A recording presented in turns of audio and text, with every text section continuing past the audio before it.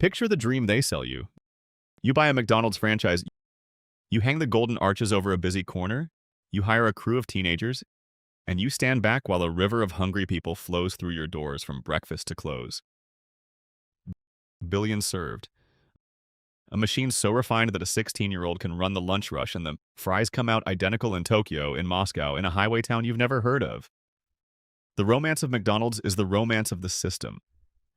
You are not really selling burgers. You are buying a slice of the most efficient food delivery operation ever built, a business so predictable that banks line up to lend against it. Own one, the story goes, and you own a little piece of the American engine. Work hard, follow the manual, and the golden arches will pay you back for the rest of your life. It is a beautiful story. It is also, in the way that matters most, not true. Because the company printing money off those arches is not really in the hamburger business at all. Here's the number that breaks the whole picture. In a typical year, McDonald's Corporation collects more in rent from its franchisees than it collects in royalty fees on the food they sell. Read that again. The single largest stream of profit flowing up to headquarters is not a cut of your Big Macs. It is your rent. The company's own filings describe a business where the great majority of restaurants are owned and operated by franchisees, and where the corporation's most reliable, highest margin income is the money it charges those franchisees for the ground beneath their feet. McDonald's is a real estate empire wearing a clown costume. The burgers are the tenant, the land is the business. Look closer at how the money splits and the disguise gets even thinner. Broadly speaking, the corporation runs two kinds of restaurants. A small minority it operates itself, and on those it books the full sales but also eats the full costs, the meat, the wages, the waste. So the margin it keeps is modest, often somewhere in the mid-teens as a share of sales. The overwhelming majority, though, are franchised, and on those the corporation touches none of the operating mess. It simply collects royalties and rent off the top, and the margin it keeps on that franchised income is extraordinary, frequently reported north of 80%. Sit with that contrast. When McDonald's cooks the burger itself, it keeps pennies on the dollar. When it just owns the building and licenses the name, it keeps most of what comes in. The company has quietly told the market for years which business it would rather be in, by steadily shifting the fleet toward franchising until roughly 95% of its restaurants worldwide are run by someone else.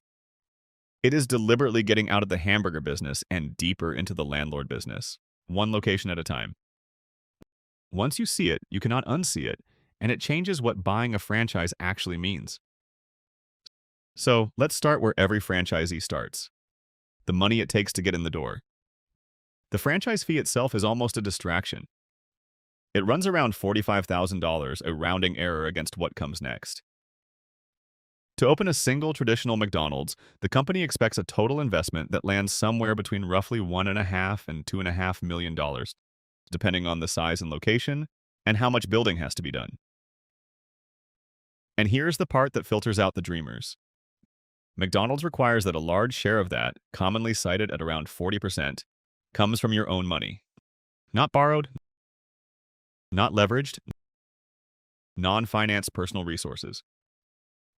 In practice, that means you need something like $500,000 in genuinely liquid capital before the corporation will even take your application seriously. Think about who that rule selects for. It is not the ambitious kid with a great work ethic and a business plan. It is someone who already has $500,000 in cash they can afford to lock away. The barrier to entry is not talent. It is existing wealth. And that $500,000 is only the entry ticket. It does not buy you the land. It does not, in most cases, buy you the building. It buys you the right to operate, under a 20-year agreement, a location that the corporation has usually already selected, secured, and will lease to you. You are not buying a business, so much as you are buying a job with a very expensive uniform and a landlord who happens to also be your brand. And notice what the 20-year term does to your psychology before you have sold a single fry. You have committed to a 2-decade relationship with a partner who has already decided where you will operate, roughly what the building will look like, what you may sell, what you may charge within a range when you must renovate, and how much of your top line leaves the door as rent and royalty.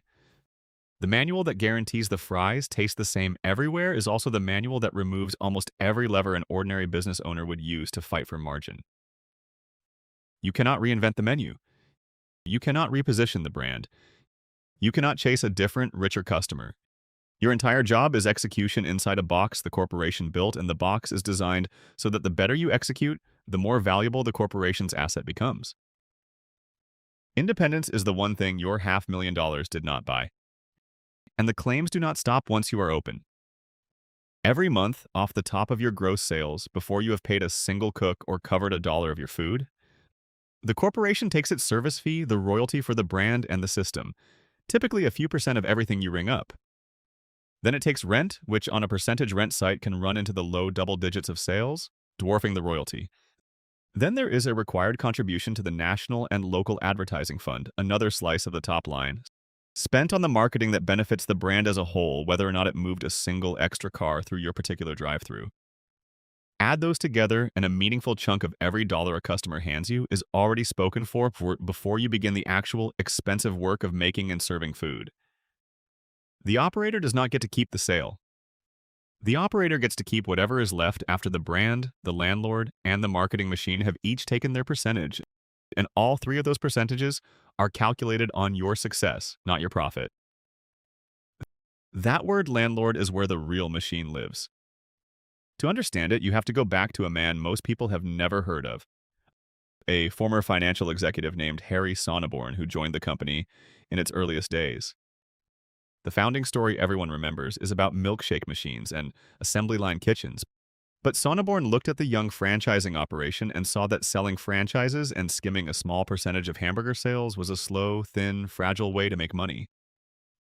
It would take forever to get rich selling nickels on the dollar of a 15-cent burger. So he proposed something different. What if the company, instead of just licensing its name, went out and secured the real estate first? What if McDonald's identified the corner, locked up the land through purchase or a long lease, and then subleased that land and building to the franchisee? It is worth pausing on how audacious that was in a company that had almost no money. The early operation was cash poor, running on thin franchise fees, and the founders borrowed optimism. Sonneborn's real estate scheme did something clever with that weakness. By securing long leases and then subleasing to franchisees at a markup, the company could show a bank a stream of contracted rental income and borrow against that income to secure still more property, which produced still more rental income to borrow against again. The franchisees' rent payments became the collateral that funded the acquisition of the next generation of corners. It was a flywheel built out of other people's restaurants.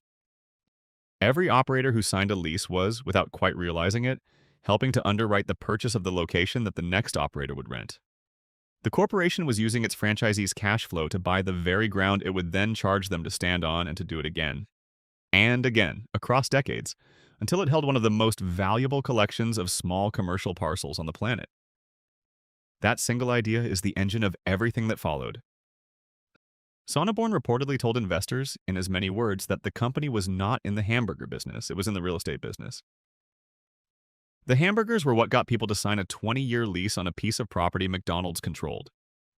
The corporation set up a real estate arm to do exactly this, and the structure it created is still, in its bones, how the company works today. McDonald's acquires or leases the site. It then leases that site to the operator, and here is the elegant, ruthless part. It charges rent not as a flat number, but frequently as a percentage of the restaurant's sales, on top of a base minimum. So when your store does well, your rent goes up. When you drive more traffic, work longer hours, run a tighter crew, the reward for your success flows partly, automatically, and permanently to your landlord. Layer the income streams and the design becomes obvious. As a franchisee, you pay an ongoing royalty, a percentage of gross sales for the brand and the system. That is the fee everyone expects. But you also pay rent, another percentage of gross sales for the property. And that rent is where the corporation's fattest margins live because McDonald's locked in the cost of much of that land decades ago, when it collects rising rents against it year after year, tenant after tenant, remodel after remodel. The royalty is the cut of the burger. The rent is the cut of the ground. The burger is cooked on and the ground does not spoil, does not go out of fashion, and does not need to be reinvented every quarter. The franchisee absorbs the operational chaos of running a restaurant. The corporation sits on the deed and collects. This is why McDonald's can honestly say it has one of the largest real estate portfolios in the world, A property empire worth tens of billions of dollars carried on its books, a great deal of it valued at what was paid long ago rather than what it is worth today. The company's balance sheet is not really the balance sheet of a fast food chain. It is the balance sheet of a landlord who happens to have 30-odd thousand tenants, all selling the same fries. And because the rent is tied to sales, the corporation has effectively engineered a claim on the upside of every franchisee's hustle without taking on the day-to-day risk of any single store. Heads, the location thrives and rent climbs.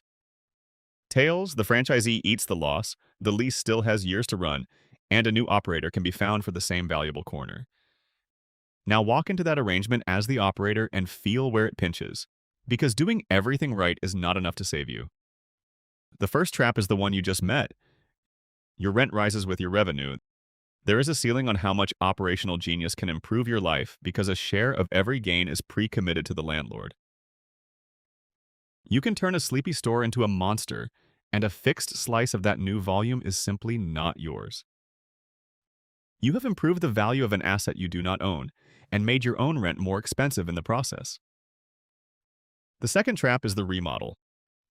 McDonald's periodically pushes system-wide reinvention. New store designs, self-order kiosks, redone dining rooms, modernized kitchens, drive-through overhauls. These initiatives are often not optional. When corporate decides the fleet needs to be refreshed, franchisees are expected to fund the upgrades to their own locations, and those bills can run into the hundreds of thousands of dollars per store. The operator carries the cost. The corporation gets a modernized property portfolio and a brand that stays current, largely on someone else's dime. You pay to renovate a building you are renting. Then, because the store now does more business in its shiny new form, your percentage rent can rise on top of it. You pay to make your own landlord's asset more valuable and your own rent higher.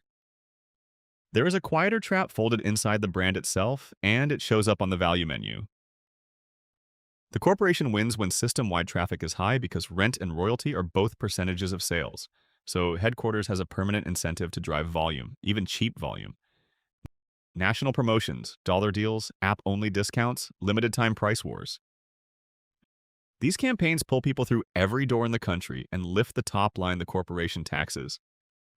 But the franchisee is the one who actually sells the discounted sandwich at a margin so thin it can vanish entirely while still paying rent and royalty calculated on that discounted sale. The interests are not aligned.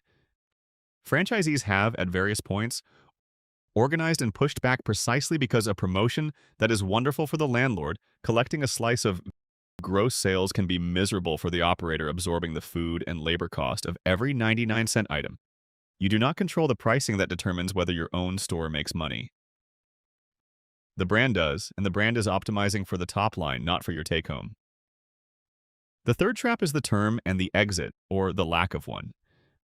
A McDonald's franchise agreement typically runs 20 years, and it is tied to that specific location under the corporation's control. You do not build equity in the land. When the agreement ends, renewal is not guaranteed and comes with its own fees and its own required upgrades. If you want out early, you cannot simply sell the underlying real estate to the highest bidder and walk away with the appreciation. Because in the standard structure, the appreciation was never yours. The corporation must approve a sale of the business to a new operator, and it controls the lease that makes the business worth anything. The most valuable thing about a great McDonald's location, the dirt it sits on, is precisely the thing the operator does not own. Stack the traps together and you see the real shape of it. The franchisee provides the capital, the labor, the local management, the reputational risk, the personal guarantee, and the operational grind of feeding thousands of people a day at razor-thin food margins. The corporation provides the brand and the system, and in exchange holds the two instruments that matter most, the license and the lease, either of which it can decline to renew. The genius of the model is that it aligns the franchisee's hard work with the corporation's asset values while capping how much of that work the franchisee gets to keep. It is not a scam. Plenty of operators do genuinely well. It is something more interesting than a scam. It is a machine precisely engineered so that the surest, safest profit belongs to the party holding the land, and the operational risk belongs to the party flipping the burgers. And the food margins really are thin, which is the part that surprises people who assume a Big Mac is nearly pure profit. At the store level, a franchisee's take-home margin after food costs, labor, royalties, rent, utilities, insurance, and the endless small bleeds of running a restaurant is often in the single digits to low teens as a percentage of sales. On a store doing a few million a year in revenue, the operator might keep a couple of $100,000 in profit, sometimes less, before their own debt service. That is a real income. But it is the income of a hard, hands-on job with millions of dollars at risk, not the passive fortune the golden arches imply.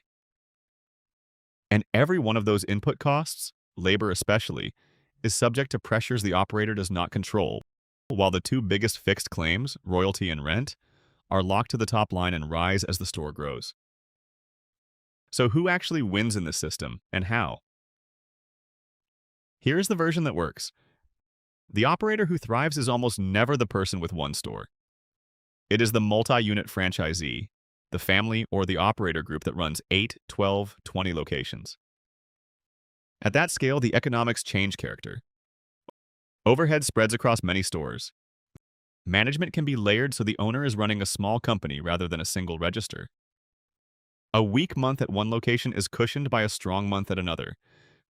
Crucially, the multi-unit operator has leverage and relationship with the corporation, gets first look at new territories, and can absorb the remodel cycles and rent escalators as the cost of doing business across a portfolio that, in aggregate, throws off serious cash.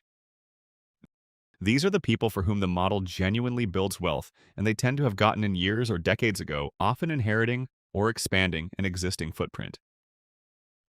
The system rewards those who already have scale and helps them get more. And here's the version that does not work. The single-store operator who stretched to get in, who put up their $500,000 and borrowed the rest, who assumed the brand would do the heavy lifting. They hit the percentage rent that skims their best months. They get handed a 6-figure remodel mandate in year 7 that wipes out 3 years of profit. They watch labor costs climb while corporate promotions, national value menus, and discount app deals designed to drive system-wide traffic compress their margins on every transaction. They cannot raise prices freely because pricing is shaped by the brand. They cannot move because the lease is the location. And at the end of 20 years of 80-hour weeks, they own no land, they own no brand, and their exit is a sale that headquarters must bless. They made a living. They did not build an empire. The empire was always the one collecting their rent. The difference between those two outcomes is rarely effort, and that is the hardest truth in the whole model. Both operators wake before dawn. Both cover shifts when the crew calls out. Both pass their inspections and hit their speed of service targets. The single-store operator often works harder per dollar earned than the multi-unit owner because they have no layer of managers to absorb the chaos and no portfolio to smooth the bad months. What separates them is not who deserves it. It is who arrived with scale, who got the corners before the corners got expensive, and who can treat a surprise remodel as a line item rather than a catastrophe. The system does not reward hustle in any simple way. It rewards capital that is already large enough to ride out the parts of the system designed to extract from you. If you come in small, the machine's fixed claims on your sales, the rent that rises with your success, and the mandates that arrive on the corporation's schedule are calibrated to keep you exactly where you started, running hard to stay in place. That is the economics of McDonald's, stripped of the arches.